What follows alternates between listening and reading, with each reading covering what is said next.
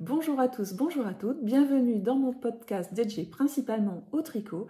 Je suis Céline et je viens vous parler ici de mes aventures avec le fil, donc principalement le tricot et un petit peu d'autres choses. Voilà, c'est parti.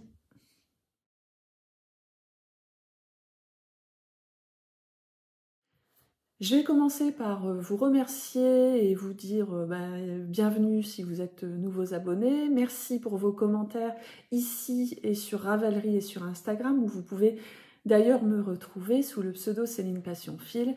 Les liens sont dans la barre de description de la vidéo et d'ailleurs vous retrouvez dans cette barre de description les noms de ceux dont je vous parle. Mes fiches Ravelry sont à jour si ça vous intéresse et si j'oublie certaines informations qui pourraient vous intéresser. Et puis de toute façon, vous pouvez toujours me demander des informations en commentaire. Je porte aujourd'hui le gilet en bleuteuse de Marianne Munier, alias Marguenet. Voilà. Gilet que j'ai fini en septembre, je crois, que j'ai porté, que je porte en fait à la mi-saison. Donc là, je recommence seulement à le porter, même si... donc ici, dans le Nord, on est passé de l'hiver à un printemps chaud. Et puis là, on va repartir sur un printemps plus frais où là, je vais pouvoir apprécier mes gilets. Mais en tout cas, ce gilet est pratique à la mi-saison. Hier, je l'ai porté pendant une répétition de musique. Tout le monde avait chaud, froid, et moi j'étais tout le temps tempérée, j'étais très bien. Donc je suis très contente de ce gilet que je porte tout le temps fermé finalement, parce que ouvert, je trouve qu'il tombe, voilà, sa façon de tomber ne me plaît pas, donc je le porte comme un pull, et il est un chouïa long, donc je le porte toujours un petit peu rentré dans le pantalon. Voilà, je l'avais tricoté en unicorne laine à chaussettes de Hobby. Et puis, si jamais ça vous intéresse, je porte des boucles d'oreilles fabriquées à Calais par une designeuse, donc je suis, vous l'aurez peut-être reconnue avec mon accent, du Nord-Pas-de-Calais, et mon mari m'a offert ces boucles d'oreilles faites à Calais, et ça s'appelle une sous-tasse en porcelaine japonaise. En fait, les pièces que vous voyez là, la designeuse récupère des faïences, plutôt de la vaisselle, et les transforme en bijoux. Elle s'appelle Broken Art. Et voilà, c'était juste pour la petite découverte. Avant de passer aux ouvrages terminés, je vais me rendre sur 2 salons. Alors, dans le Nord-Pas-de-Calais, oui, l'ancienne région Nord-Pas-de-Calais, il y a 3 salons à venir. Là, la vidéo sort normalement en ce moment, c'est le Ch'ti Bazar.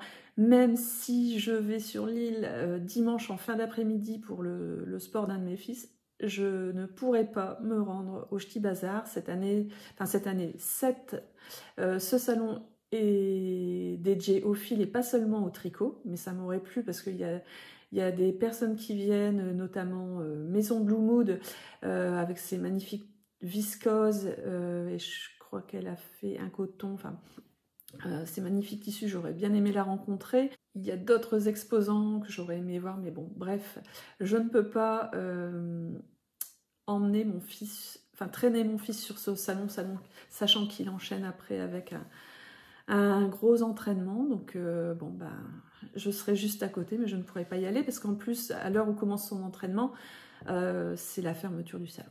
Donc dommage, mais si vous avez la chance de vous y rendre, c'est ce week-end. En tout cas, les 2 salons dont je veux vous parler, ils ont lieu donc en mai. Le premier, c'est Laine Fleurie qui a lieu à Grosflier, c'est près de Berck, près de nos belles plages de la Côte d'Opale. Donc qui a lieu les 4 et 5 mai. Donc j'y serai uniquement le samedi pour aider Pascal d'un atelier dans la cour, donc je serai sur son stand. Il y a des superbes exposants. Voilà. Après, mon objectif, c'est de ne pas acheter de laine et plutôt d'acheter des accessoires pour craqué pour des, voilà, des teinturières ou des fabricants d'accessoires que je suis, mais que bah, j'ai pas l'occasion de rencontrer. Et je préfère acheter sur des salons que commander quand j'ai l'occasion. Donc ça va être génial. Sachez que Christelle Elka, et je reparlerai de Christelle Elka tout à l'heure, et Pascal d'un atelier dans la cour proposent des ateliers. Alors, Christelle Elka, c'est plus, je dirais, des masterclass sur la façon de tricoter. Et un atelier dans la cour, elle propose des ateliers de teinture. Et j'aurais adoré participer à ces ateliers, sauf que bah, comme je tiens son stand pendant justement qu'elle fait les ateliers, je ne pourrai pas y participer. Ensuite, il y aura le salon Laine en Or les 25 et 26 mai au Quesnoy. Et là, j'y serai les 2 jours. Toujours sur le stand de Pascal, et ça va être très dur de ne pas craquer parce que je crois qu'il y a des teinturières que j'adore et qui sont présentes. Voilà pour les prochains rendez-vous, je vais pouvoir passer au tricot terminé. Le premier que je vous présente, il est enfin terminé. C'est le pull, alors est-ce que je le mets dans le bon sens? Ben, je ne sais plus. Quel est son devant et son dos? C'est le pull Esmé, enfin terminé. Et vous m'avez beaucoup conseillé pour ce pull que j'ai détricoté plusieurs fois. Il y avait 2 motifs en plus sur vos j'en avais déjà enlevé un sur vos conseils, j'en ai encore enlevé un. Je vais l'essayer après et je pense qu'il me va mieux maintenant. C'est un modèle de Svetlana Volkova, Twedy Ship sur Instagram ou en mode designeuse, enfin oui, sur Instagram, sur Ravelry. C'est une Ukrainienne. En fait, j'avais acheté ce modèle qui me faisait penser clairement au Whitmore Sweater. Mais d'ailleurs, je vous mets le modèle ici, en fait, l'origine du modèle. Et en fait, c'est une Ukrainienne.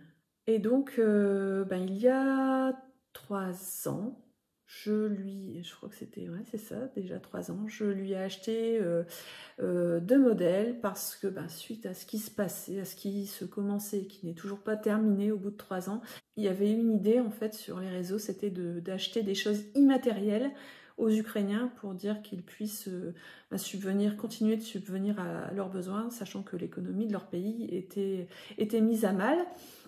Donc j'avais acheté le pull Esmé et puis j'avais acheté aussi le pull Sailor Moon que je vous mets ici.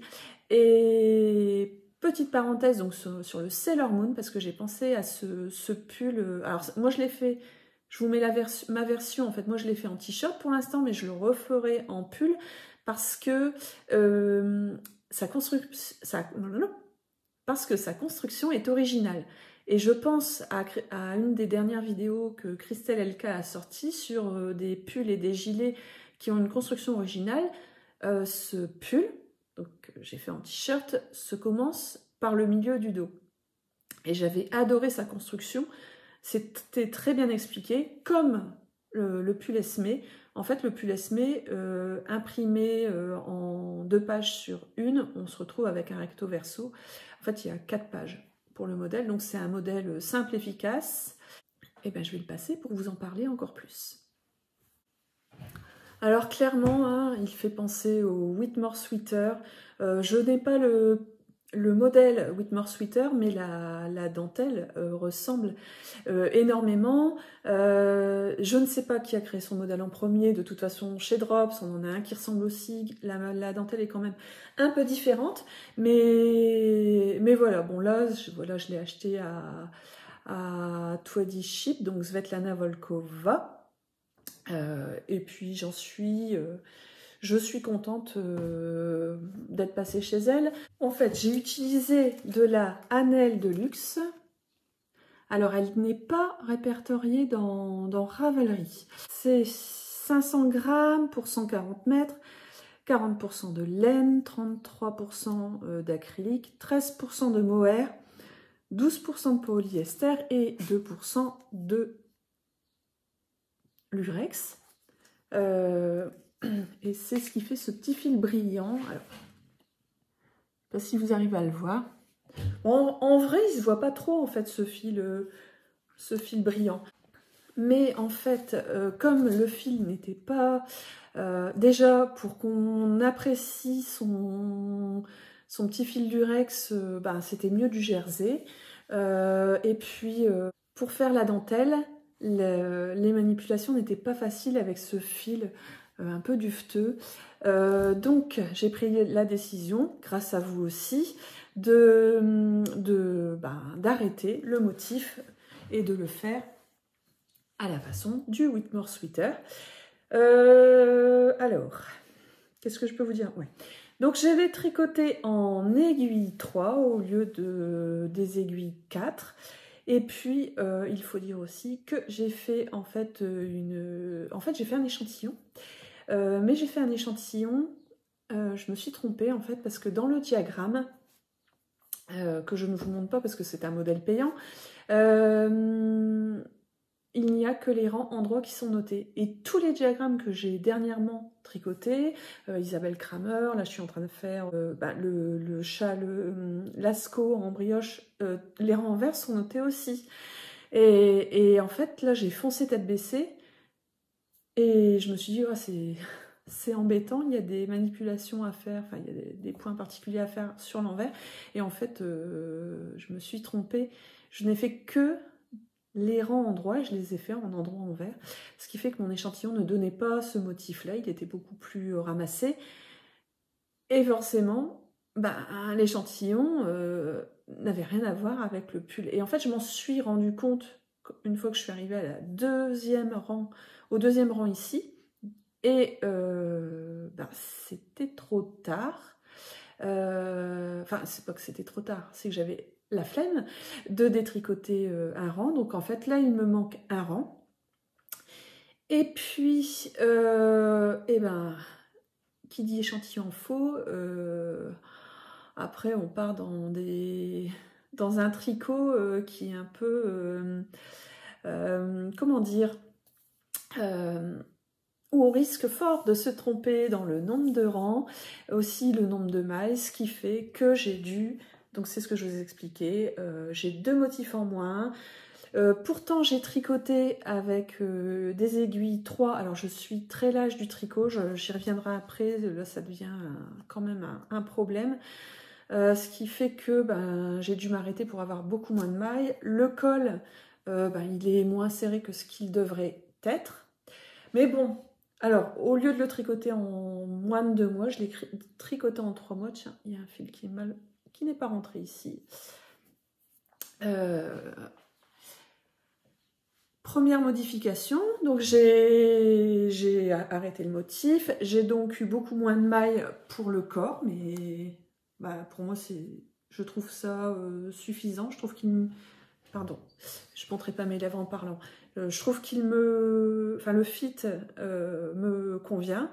Les manches, alors en fait, pour vous dire la vérité, je ne sais pas où j'ai mis mon modèle, mais j'étais arrivée aux manches, donc c'est pas grave. De toute façon, j'avais mon idée des manches.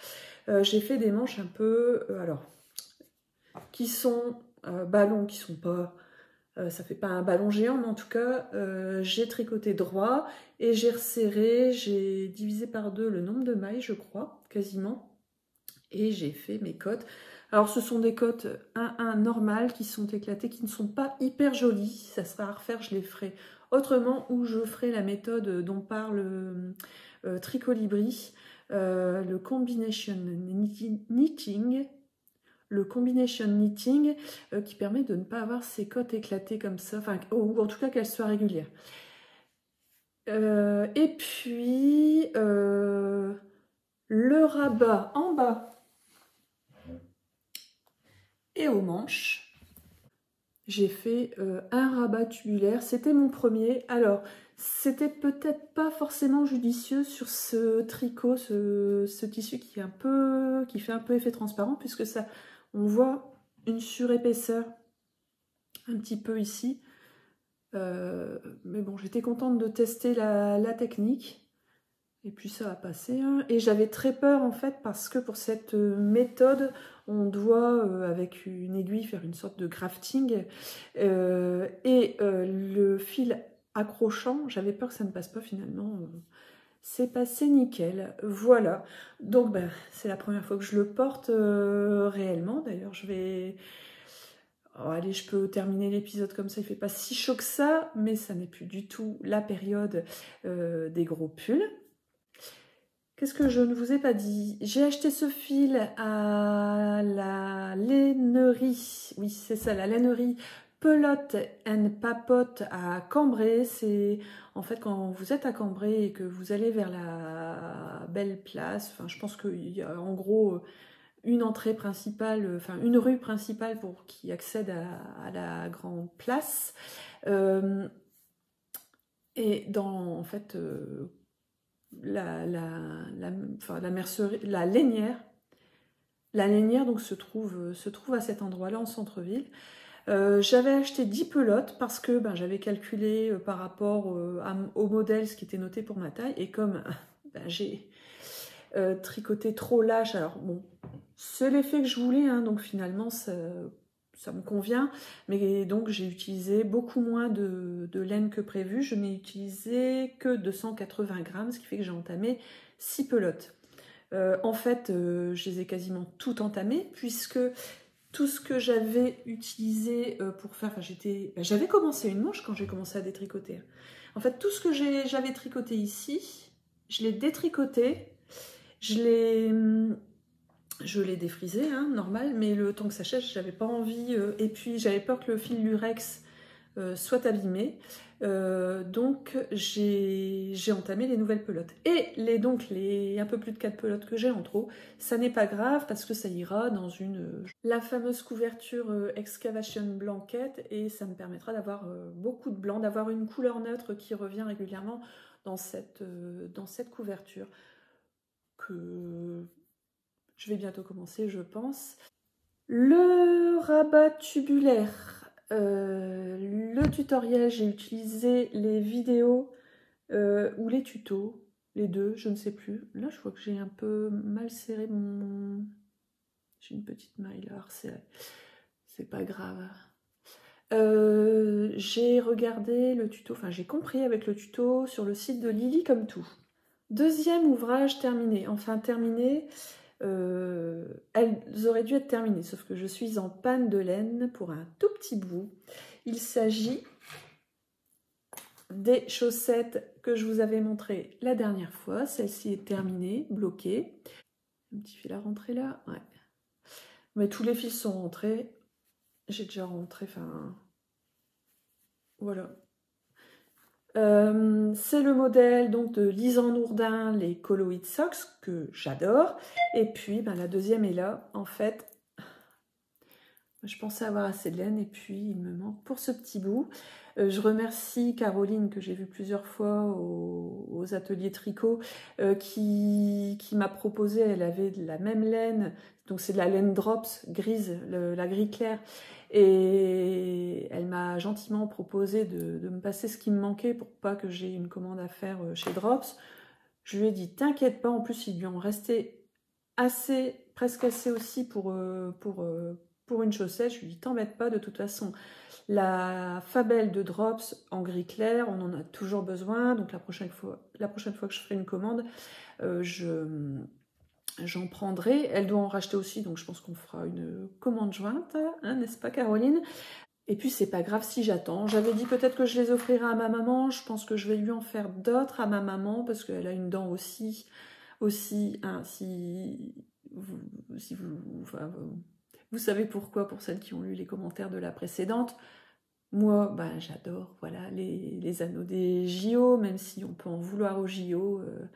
Il y a quand même des aspects sympas dans le sport. En fait, tricoter en rond des rayures, je n'ai pas fait la technique pour que les rayures s'alignent. Comme ça tombe, le changement tombe dans une ligne de poinnerie qui fait un peu ces cotes 3-1, mais en fait c'est pas des vrais cotes 3-1. Le décalage est léger et de toute façon, comme elles seront sûrement pour moi, ça ne me dérange pas. En comparant Mes chaussettes à celles qui ont été tricotées donc par ma copine avec la même laine, je me suis rendu compte que je tricotais vraiment, mais vraiment, vraiment trop lâche. Que je me suis complètement détendue du tricot, même si le tricot, le but c'est aussi de passer un bon moment, je me détends énormément et ça se ressent dans le tissu qui est formé par mes mailles. Et il va falloir que j'essaye de me reconcentrer pour tendre un peu plus ma laine en point endroit en fait. Ben voilà, les Coloid Socks, les Coloid Socks 2.0 de Lisandre Dourdin, si vous êtes passé à côté. En tout cas, moi, c'est les troisièmes que je tricote et je suis fan de ce modèle. Mon mari, mon fils sont très contents de leurs chaussettes qui ont été tricotées avec ce modèle. Quelque chose qui me semblait intéressant, en fait, beaucoup de personnes qui les ont tricotées sont contents en fait de ne pas avoir à couper leur fil ici, parce qu'en fait, en général, on fait un talon contrastant. Moi, pour ce modèle, j'ai choisi de ne pas faire un talon contrastant et de ce fait-là, si on suit le modèle, il faudrait quand même couper le fil pour pouvoir récupérer. Ce que j'ai fait, et j'ai essayé de vous prendre des photos parce que j'étais un idiot au boulot en train de faire cette étape et je me suis dit non, sur la deuxième chaussette, je me suis dit il n'y a pas, il faut que je vous montre. En fait, donc je peux vous montrer puisque ce sont des chaussettes gratuites. Ce sont des chaussettes qui se commencent par les côtes et en fait, quand on arrive au talon, on laisse des mailles en attente. On est censé changer de couleur. Faire notre talon, notre talonnet. Alors je vous montre les photos en même temps.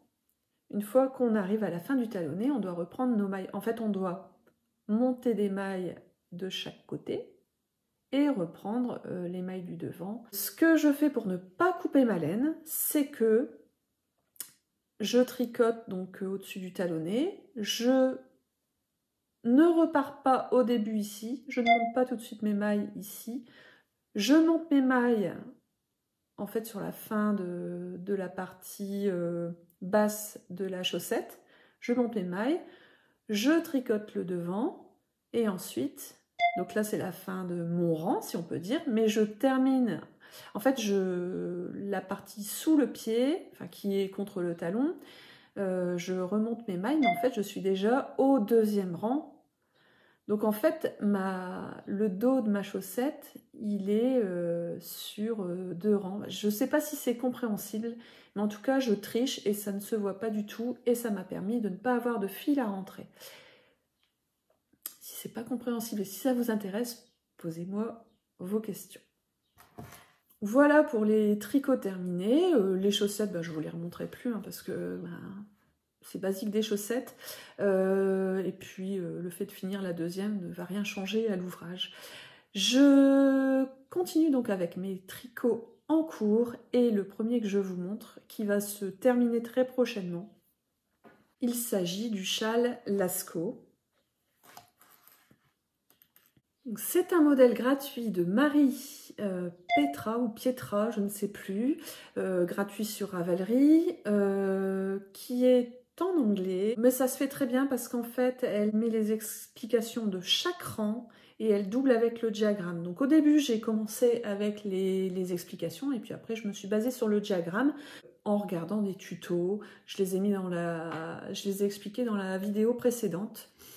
Alors, les rangs deviennent, on commence ici, et les rangs deviennent de plus en plus grands. Endroit envers. De plus en plus grand, mais par contre, le motif où on a les augmentations, les diminutions, il est toujours de la même taille. Donc en gros, il faut se concentrer, là ça se fait presque tout seul, et puis là il faut se concentrer. Par contre, c'est la partie où on doit moins réfléchir, même si la brioche nécessite quand même beaucoup de concentration, elle est tellement longue que j'ai tendance à oublier de faire les augmentations nécessaires ici, les diminutions qui ne sont pas régulières ici, sur la partie je vais dire, côte uniforme. Et puis j'ai aussi tendance à oublier. Donc j'ai eu quelques accidents où j'ai dû détricoter, retricoter. Sans fil de vie, j'arrive à récupérer ma brioche. Bon, modèle difficile quand même, hein. Il me reste, j'ai compté, il me reste une trentaine de rangs à faire. Et j'ai donc décidé de le finir quand mes enfants auraient terminé leur voyage scolaire cette année, parce que sur 2 mois, donc ils faisaient 4 voyages, et que là, donc j'en ai un qui est en Angleterre, et le deuxième part la semaine prochaine aux Pays-Bas, à Amsterdam. J'espère bien qu'il va me faire une photo devant la boutique de Stéphane et Pénélope. D'ailleurs, mon mari me disait, t'aurais plutôt dû faire un modèle de Steven West en hommage au dernier voyage de notre grand. Bon, j'y avais pas pensé, mais en tout cas, je l'ai démarré juste avant que le premier voyage n'ait lieu. Ça a calmé mon stress, et puis voilà, il me reste 10 jours pour le terminer avant la fin des voyages. J'ai calculé, donc il faut que je fasse un peu plus de 6 rangs par jour, enfin 6 passages, c'est ça? Ouais, 6 passages. En fait, pour un rang, on a 2 passages, un pour chaque couleur. Et sur un rang droit, un rang vert, donc on a donc 4 passages, on a en gros qu'un seul passage où on doit se concentrer, et les autres passages, enfin donc un premier passage avec la première couleur, deuxième passage dans le même sens avec la deuxième couleur, mais là on n'a plus qu'à suivre, et si on n'a pas fait d'erreur au premier passage, la deuxième couleur se fait toute seule, et puis après c'est le rang en vert, donc encore une fois on suit en fait, et c'est là en fait dans ces rangs où on n'a qu'à suivre où l'on peut détecter si on a fait une erreur ou pas. On peut éventuellement la corriger si il n'y avait pas trop de mailles à créer, on peut éventuellement corriger à ce moment-là. Après, c'est plus compliqué. Voilà, 2 écheveaux. Alors, j'utilise les laines biscottes de Louise Robert, qui sont des laines du Canada, donc coloris Ice Cream, Pistachio Ice Cream et Parchemin Super Sock, qui finalement, je trouvais, allaient très bien ensemble, et je trouve que on a le coloris pistache et on a le coloris un peu de la coque de la pistache. Et on a vraiment plein de... Alors, est-ce qu'on va les voir? Il y a plein de petits speckles qui font vraiment penser à la couleur des fois de la pistache. Les couleurs qu'on peut avoir dans les pistaches. J'adore. Le seul petit bémol qu'on a, alors c'est un tout petit bémol, hein, c'est que les laines biscottes, donc Louise Robert est l'une des designers de la marque Biscotte Yarns, parfois, et c'est pas toujours signalé, l'écheveau est partagé en deux piles, enfin deux parties égales de pelote. Donc au lieu d'avoir 100 grammes, un fil de 100 grammes, on a 2 fils de 50 grammes. J'ai déjà eu des pelotes où c'était signalé. Là, une des deux l'était, ça ne l'était pas. C'est pour ça que j'ai cette reprise ici. Voilà. Voilà, ici, j'étais à la moitié de mon écheveau coloris parchemin. Et autant des fois c'est signalé, là, ça ne l'était pas. Et puis, autre bémol quand même, parce que je trouve qu'il faut le dire, nous n'avons pas tout à fait, à chaque fois dans les pelotes biscottes, nous n'avons pas 100 grammes tout pile. Alors, quand c'est 98 grammes, c'est pas trop grave, mais quand en plus on est tout juste sur un pull et qu'on se retrouve, il nous manque 2 grammes, sachant qu'on avait payé 100 grammes et qu'il nous manque, enfin voilà, qui nous manquait, c'est pas juste. Surtout qu'il y a beaucoup de teinturières en fait qui n'hésitent pas à mettre 1 ou 2 grammes de plus pour assurer, pour être sûr qu'il y ait le poids qu'elles vendent. Et parfois c'est pour 1 ou 2 grammes, ça passe encore, mais quand c'est pour 5 grammes, ça fait mal. Donc ça, c'est l'autre bémol. Mais bon, franchement, les laines, les couleurs des Biscotte Yarns sont magnifiques. Deuxième ouvrage en cours que je vous montre. Alors celui-là, il traîne, mais là, il a avancé un peu après le dernier tout podcast. Et puis ben là, il est revenu en pause. C'est le gilet Pumpkin Hall de Isolda Tig, il me semble. Donc voilà, j'ai fini le panneau du dos. Et puis ensuite, ben voilà, encore une construction originale que Christelle Elka aurait pu mettre dans son podcast. Puisque une fois qu'on a fini le panneau du dos, on part de façon horizontale, sous les bras, en fait. Enfin, je vais pas y arriver, mais là, en fait, on part sous les bras. Et là, je suis en train de faire des augmentations pour arriver sur le devant du gilet, pour faire le panneau. Donc là, c'est le panneau droit. Le modèle, donc, je traîne. C'est un modèle payant, je traîne un peu parce que il y a beaucoup de commentaires et on le voit en fait sur les photos de ce modèle qui a été tricoté beaucoup de fois. Le modèle est plus long que sur la photo d'origine, donc je fais des adaptations pour qu'il soit à la taille qui me plaît. Et ces adaptations prennent quand même beaucoup de temps, beaucoup de calculs. Et bon, en ce moment, j'ai beaucoup d'autres choses à faire, ce qui fait que j'ai besoin de tricot un peu zéro cerveau, sans devoir tout recalculer. Donc, je suis un peu en mode pause. Voilà, mais il avait bien avancé, j'étais contente. Et puis là, à nouveau, il est parti se ranger. Je ne sais pas quand est-ce qu'il va remonter sur mes aiguilles. Mais bon, c'est mauvais signe quand même pour un tricot quand on perd du temps comme ça. Je crois que je l'ai commencé il y a au moins 8 mois, si c'est pas plus. Bon, plus récent, et celui-là il avance parce que j'ai un peu une deadline. En fait, c'est un modèle que vous avez déjà vu. Alors, je vais vous montrer les pelotes.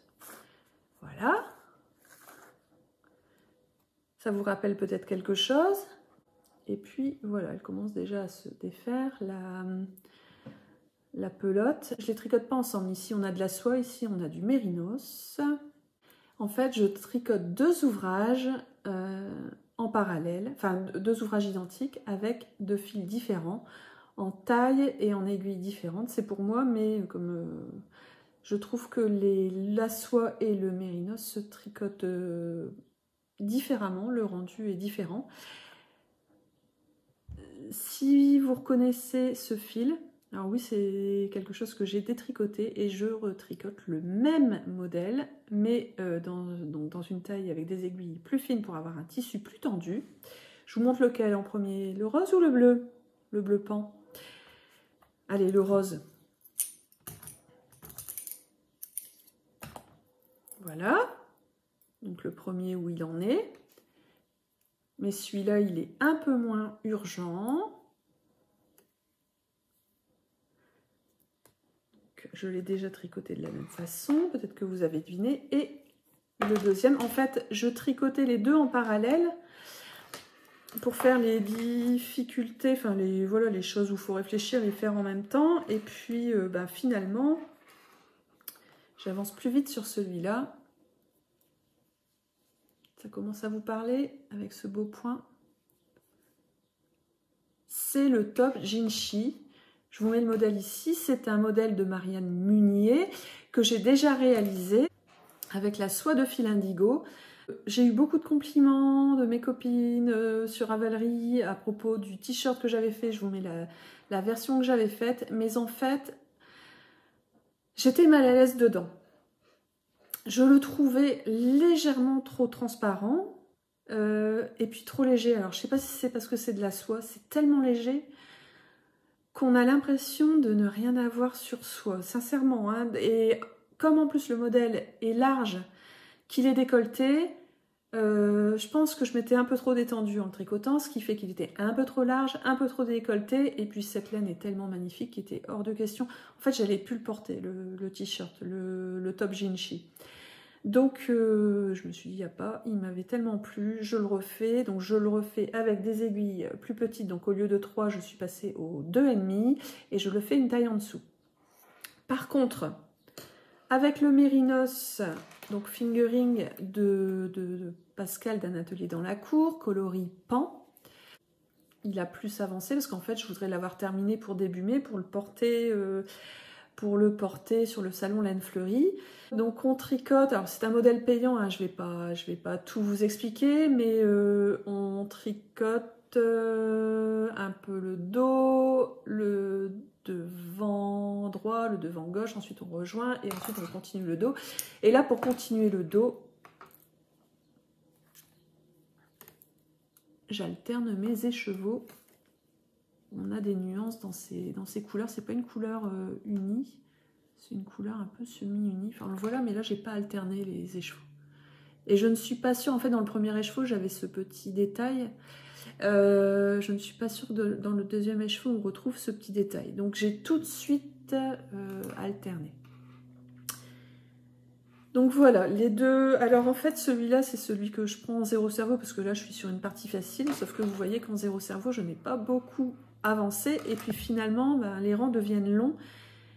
Et quand c'est des... Autant le tricot en rond, je l'arrête n'importe quand, autant quand on doit faire des rangs aller-retour, j'aime bien aller au bout de mon rang.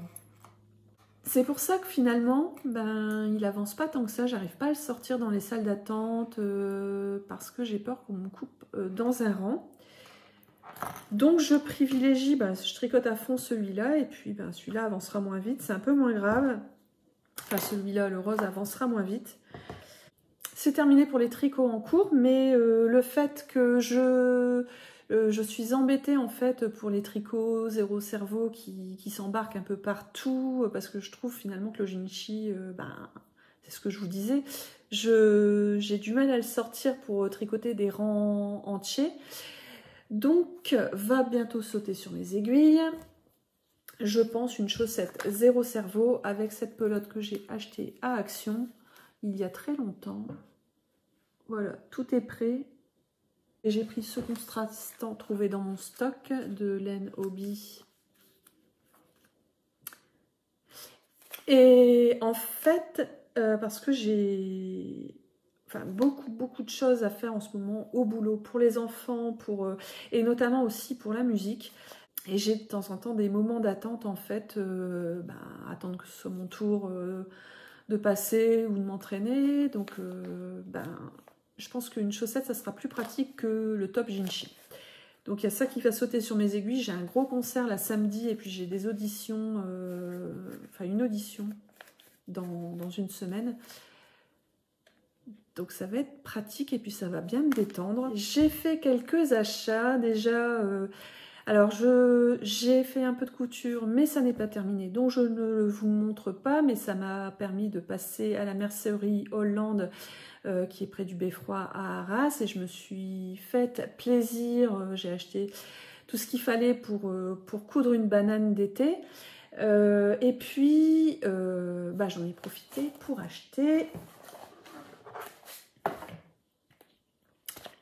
un patron des BG de shorts et de pantalons parce que parmi les coutures que je suis en train de faire, je suis en train de faire un short de pyjama pour mon deuxième et en fait en ce moment je n'ai plus de patron à sa taille dans mes livres, donc je me suis dit si je prends ça va du XXS au XXL, donc si je prends le XXS ou le XS en short, ça m'aidera à créer son pantalon de pyjama. Même si j'aurais pu prendre un de ces pantalons de pyjama qui va pour adapter les patrons que j'ai déjà.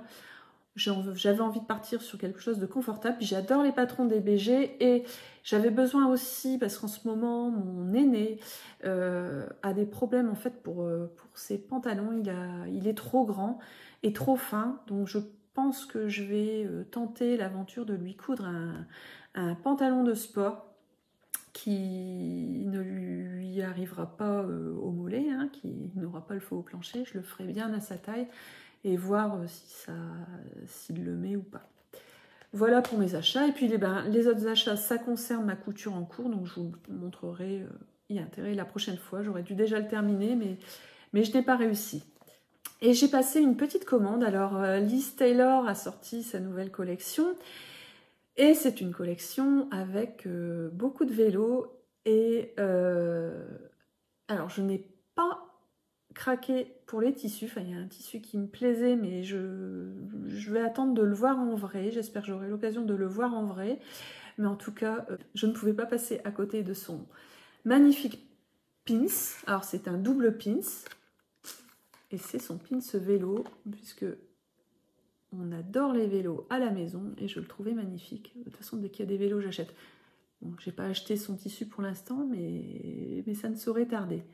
Voilà, mais j'allais pas commander que ça. Donc, j'ai profité, pour rester sur la laine, j'en ai profité pour acheter... pour tester son Merinos Fingering à Liz Taylor, coloris nude, donc c'est de la fingering assez épaisse parce que sur 50 mètres on a 175 mètres, sur 50 grammes nous avons 175 mètres.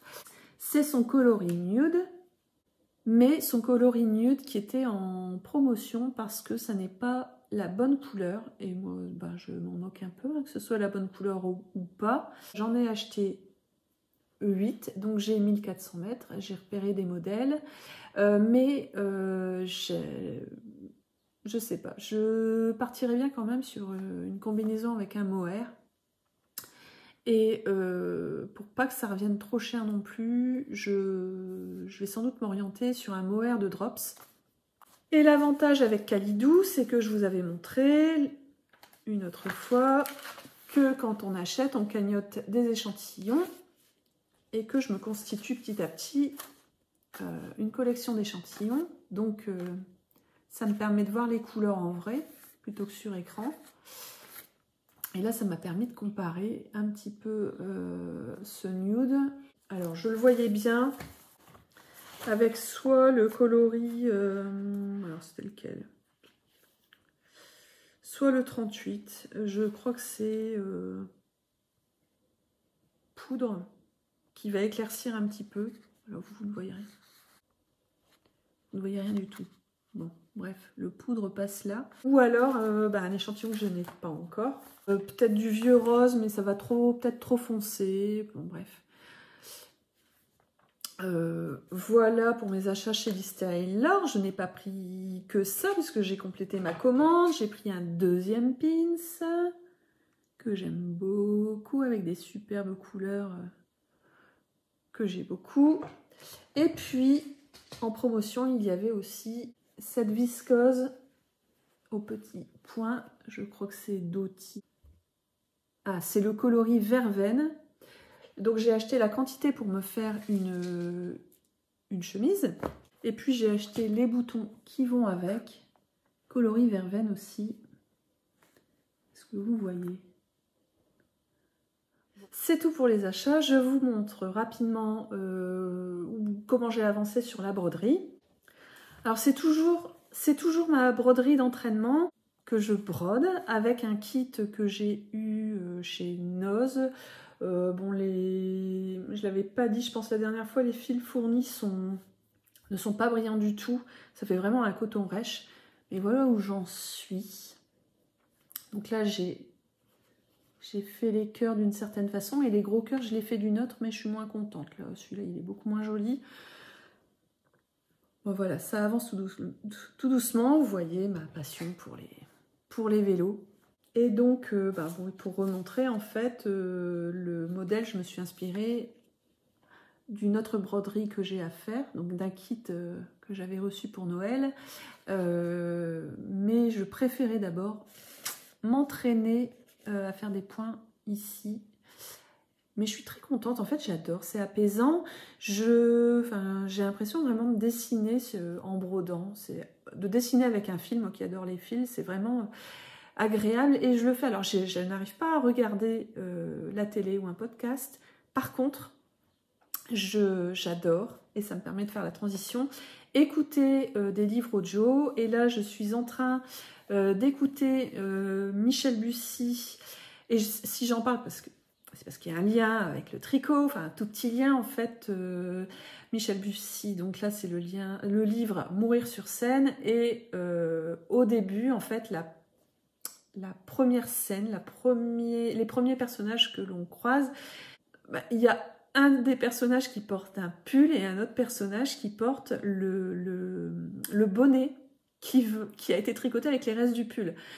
C'est une anecdote, ça n'apporte rien à l'intrigue, si ce n'est que y a un lien. Alors je ne sais plus si c'est la maman qui l'a tricoté ou la grand-mère, bref, mais qu'il y a un lien. Voilà, on sait ce que ça apporte le tricot et tout l'amour qu'on y met, donc on imagine l'amour qu'il y a dans cette famille.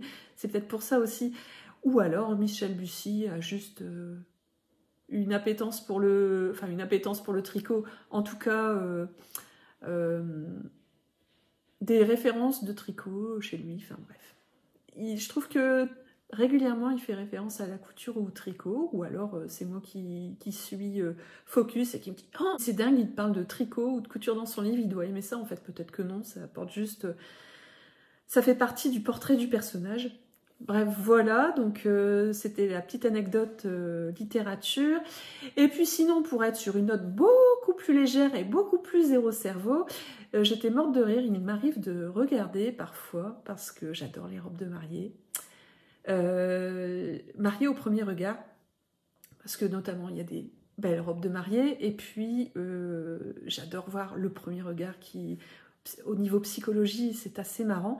Et le lien avec le tricot, vous me direz, oui, il y en a un, parce que il y a un des prétendants qui expliquait que sa mère, qui n'avait pas encore vu la future mariée, avait sans doute déjà son pull tricoté sous le sapin. Enfin, voilà, il expliquait que sa mère avait déjà sans doute commencé le pull pour la belle-fille, sans l'avoir rencontrée. Donc voilà, ça m'a fait rire. Et j'ai regardé cette maman d'un œil dire « Toi, tu tricotes ». Et à essayer de repérer dans la maison ou dans ses habits si on voyait des choses en lien avec le tricot. Bon, voilà. Après, je regarde pas tous les épisodes et je n'ai pour l'instant pas revu... Enfin, peut-être qu'on va voir le pull dans les prochains épisodes. Suspense. Et est-ce que déjà, ils vont dire oui? On verra. Voilà, c'est tout. Je vous remercie encore pour si vous êtes arrivés là, si vous mettez un pouce, si vous mettez un commentaire, c'est le bonheur pour moi. Si vous me racontez ce que vous êtes en train de tricoter en me regardant, quelle laine, quel modèle, j'aime bien aller voir aussi sur vos comptes Ravelry, si vous me demandez en ami sur Ravelry, ça me permet d'aller voir. Si vous mettez à jour Ravelry, ça me permet d'aller voir ce que vous tricotez. Et le but de ce podcast, c'est justement les échanges. Je vous souhaite beaucoup de moments créatifs, beaucoup de moments tricot et plein de belles choses. N'hésitez pas à me laisser un petit vélo en commentaire, puisque j'adore ça. Et puis je vous dis à la prochaine fois, dès que j'aurai un ouvrage terminé. À bientôt!